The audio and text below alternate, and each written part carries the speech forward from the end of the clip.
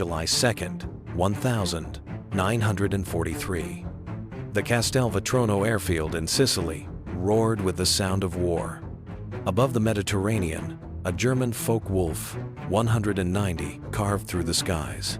Its pilot was confident, unaware that death was diving silently from above. The American P-40 Warhawk struck in an instant. A burst of .50 caliber fire shredded the German fuselage. Flames erupted. The fighter spiraled helplessly into the ground. The pilot never stood a chance. In the cockpit of his Warhawk, two-year-old First Lieutenant Charles B. Hall of Brazil, Indiana, had just claimed his first kill. But this was more than a victory. It was history. Hall had just done what the Luftwaffe believed impossible.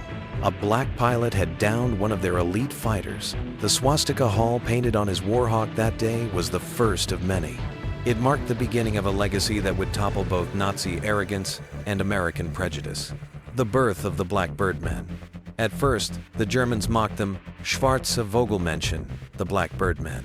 Nazi ideology classified black people as subhuman, unfit to fly, unfit to fight.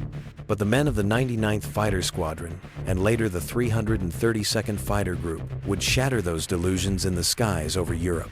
They fought 2 battles every time they took off, one against the Luftwaffe, and one against the crushing weight of American racism. Their stats told the story. More than 15,000 combat sorties, 1,178 missions, 112 aerial victories, and an escort record bomber crews would never forget, fighting prejudice before fighting the enemy. Their road began long before Sicily. Back in 1925, the U.S. Army War College issued a shameful report declaring black soldiers mentally and morally inferior. The official belief was that black men lacked the intelligence for technical work and the courage for combat leadership. But individuals kept proving otherwise. In World War I, Eugene Bullard flew for France after the U.S. refused him. In the 1,920 Bessie Coleman earned her pilot's license in France because American schools shut her out. By the 1,932nd, Chicago's Coffey School of Aeronautics was training dozens of skilled black civilian pilots. Civil rights leaders pressed hard. Walter White, A. Philip Randolph, and Judge William H. Hastie demanded inclusion. Black newspapers thundered, "How can America fight for democracy abroad while denying it at home?" Under pressure, Roosevelt's government made a reluctant move. In 1939, Public Law 18 opened the door for one black pilot training program.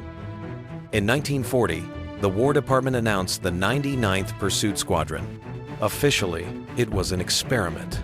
Unofficially, the brass expected it to fail. Captain Benjamin O. Davis, Jr. The man chosen to lead them was Captain Benjamin O.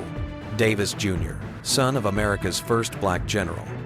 Davis had endured silent ostracism at West Point 4 years without a word from his white classmates outside official duty.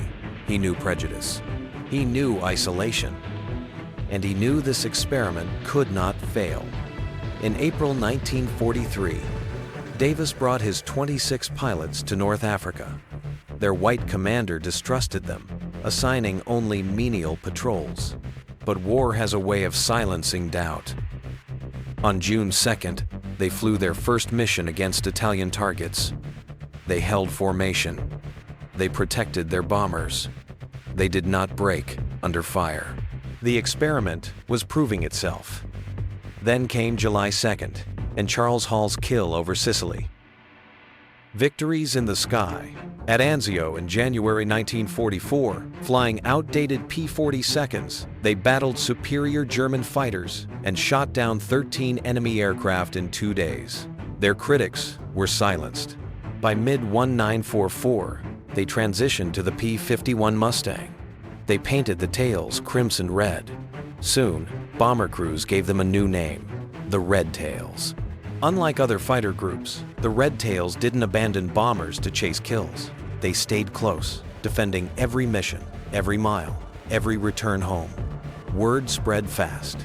If you can, request the Red Tails. Their greatest test came in March 1945, escorting bombers deep into Berlin.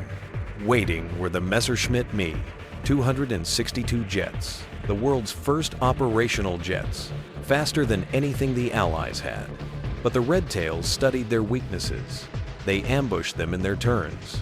That day, they destroyed 3 jets in a single mission, more than many units achieved in the entire war. The cost and the legacy, their triumphs came with sacrifice. Dozens were killed. Others became prisoners of war. Ironically, some found more equality in German prison camps than they had back home in America. By war's end, their record was undeniable. Over 1,500 missions, more than 15,000 sorties, 112 enemy aircraft destroyed in the air, another 150 destroyed on the ground, 96 distinguished flying crosses. Only 27 bombers lost under their escort, far fewer than average. They had fought fascism abroad and racism at home, and won. Aftermath. In 1948, President Truman ordered the desegregation of the U.S. military.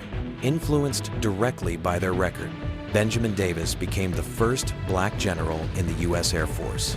Decades later, America awarded the Tuskegee Airmen the Congressional Gold Medal. The Germans who once mocked them admitted their skill. The bomber crews who survived called them Red Tail Angels. Closing the Tuskegee Airmen proved that courage has no color, that excellence cannot be denied, and that even in the darkest skies of war, justice can find its wings.